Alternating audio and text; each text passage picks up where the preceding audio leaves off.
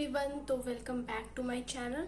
मुझे आज लगा ना कि मेरा आज लीगल का क्लास है, तो मैं रिवाइज करी थी सब कुछ। मैं पीछे से सब कुछ स्टार्टिंग से हर वक्त रिवाइज करती रहती हूँ ताकि मैं भूलूँ ना, और मैं हमेशा ये करती रहूँगी। तो जहाँ से सबसे पहला शुरुआत हुआ था मेरी मैम ने किया था civil law and criminal law से।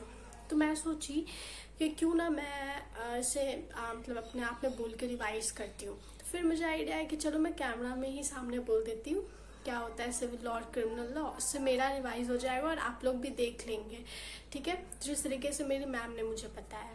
तो चलिए लेट्स स्टार्ट। तो सबसे पहले will talk about what is law. So basically law एक ऐसा रूल एंड रेगुलेशंस है जो बनाया जाता है किसी भी सोसाइटी को प्रॉपर फंक्शन के लिए, किसी भी सोसाइटी के प्रॉपर फंक्शन के लिए, प्रॉपर गवर्नेंस के लिए रूल्स एंड रेगुलेशंस जो भी बनाए जाते हैं, इवन इंस्टीट्यूशन ऑल्सो, ठीक है। स्कूल में जैसे रूल्स एंड रेगुलेशंस होते हैं तो उसको लॉ बोला जाता है। लॉ बेसिकली जो हमारा होता है वो दो तरीके का होता है, civil law and criminal law. तो let's talk about what is civil law.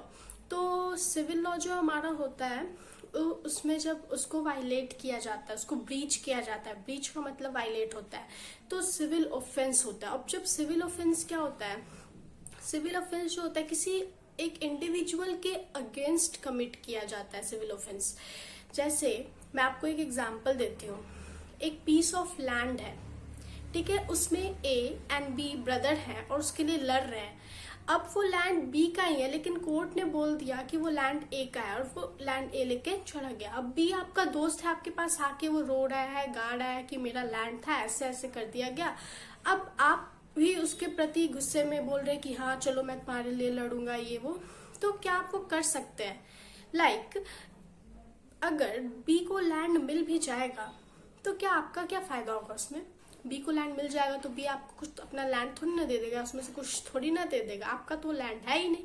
तो बेसिकली आपको तो कोई फायदा ही नहीं, और आपको तो कोई मतलब ही नहीं चाहिए। इमोशनल चीज तो कोर्ट देखता नहीं है कि दोस्त है नॉन, तो इसलिए आप उससे अफेक्ट हो ही नहीं रहे। उन दोनों के बीच का ही बस बात है। तो उन दोनों के बीच मतलब एक इंडिविजुअल के अगेंस्ट कमिट हुआ सिविल ऑफेंस, ठीक है। इसमें बॉडी का हार्म इंक्लूडेड नहीं था। बॉडी का हार्म अगर आ जाता तो आप लोग समझ रहे किस में चल जाता।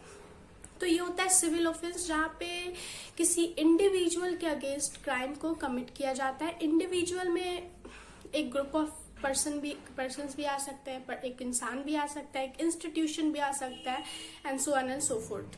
तो ऐसे होता है इंडिविजुअल, यहाँ पे इंडिविजुअल का मतलब। अब now let's talk about the punishment of civil offence. So अगर सिविल ऑफेंस किसी ने किया है तो उस इंसान को या तो कॉम्पनसेशन देना पड़ेगा या फिर फाइन देना पड़ेगा। अब नाउ ये कॉम्पनसेशन और फाइन के बीच का डिफरेंस क्या है? सो कॉम्पनसेशन और फाइन, तो कॉम्पनसेशन क्या होता है ना कि मैं आपको एक एग्जांपल देती हूँ। आप अपने स्कूल गए और स्कूल जाके अपने स्कूल का बेंच और डेस्क आपने तोड़ डाला, तो क्या हुआ? आपने स्कूल के लॉ को तोड़ा, अपने स्कूल के रूल को तोड़ा, डैमेज हुआ, एंड देन आप पेमेंट दे रहे हैं उसका। तो ये होता है कॉम्पनसेशन। लॉ टूटा, डैमेज हुआ, एंड देन आपने पेमेंट किया, तो इसको कॉम्पनसेशन बोलते हैं।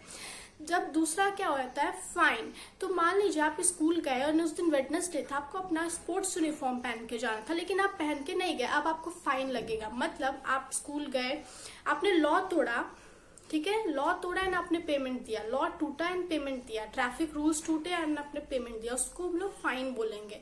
मतलब यहाँ पे डैमेज नहीं हो रहा है कुछ फाइन में, लेकिन कंपनसेशन में डैमेज हो रहा है। अब हम बात करते हैं क्रिमिनल लॉ के बारे में। तो क्रिमिनल लॉ जब ब्रीच होता है, वायलेट होता है, तो क्रिमिनल ऑफेंस हो जाता है। अब ये जो क्रिमिनल ऑफेंस होता है ना, किसी स्टेट रीजन के अगेंस्ट कमिट किया जाता है। कैसे? एक एग्जांपल देती हूँ। मान लीजिए मैं एक अपार्टमेंट में रह रही हूँ, मेरे फ्लैट के बगल वाले फ्लैट में ना चोरी हो गई, ठीक है। अब क्या होगा, सब लोग आवाज उठाएंगे इसके लिए, पुलिस को बोलेंगे, सब लोग करेंगे। क्यों ऐसा होगा? चोरी तो उसके घर में हुई, यहाँ पे जैसे वहां पे जमीन तो उसकी थी, वैसे ही चोरी तो उसके घर में हुई, तो मैं क्यों डर रही हूँ और बाकी लोग क्यों डर रहे हैं?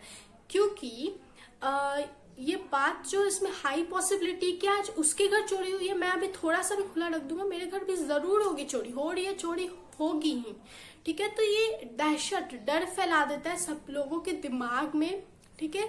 और इसमें सेकेंड पॉइंट ये भी है कि इसमें फिजिकल हार्म प्रेजेंट होता है। फिजिकल हार्म बॉडी ठीक है, ऑफेंस अगेंस्ट द बॉडी भी होता है इसमें।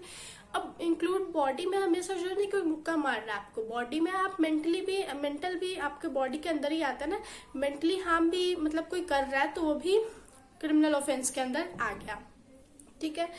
तो ये इसमें डर और दहशत फैल जाता है किसी स्टेट में, किसी रीजन में, ठीक है। जैसे रेप के केसेस में होता है, लड़कियां अनसेफ फील करने लगती हैं, तो उसी वे में इसको हम लोग क्रिमिनल ऑफेंस बोलते हैं। अब क्रिमिनल ऑफेंस का पनिशमेंट क्या होता है? तो क्रिमिनल ऑफेंस में बेसिकली जेल होती है, इसमें भी कंपनसेशन, फाइन एंड इफ कुछ ज्यादा है like murder and all, rape and all, तो यही डिफरेंस था civil law and criminal law के बीच में। आई होप आप लोग को ये वीडियो पसंद आई हो एंड आप लोग को समझ आया हो। मेरा भी रिविजन हो गया एंड आप लोग बिलीव नहीं करेंगे, द वे आई स्पोक, इसी वे में, इसी एग्जाम्पल्स के साथ इवन मेरे टीचर हमें पढ़ाई थी और मुझे वो स्टार्टिंग से याद है, बल्कि मैं एग्जाम्पल्स वगैरह नहीं लिखी थी, बट मैं उनके क्लास को अच्छे से अटेंड की थी तो मुझे याद है। सो आई होप आप लोग को भी समझ में आया होगा। थोड़ा शायद फास्ट बोली होंगी लेकिन मुझे भी रिविजन करना था, सो इट्स ओके। तब तक के लिए bye bye. Do like, share and subscribe my channel.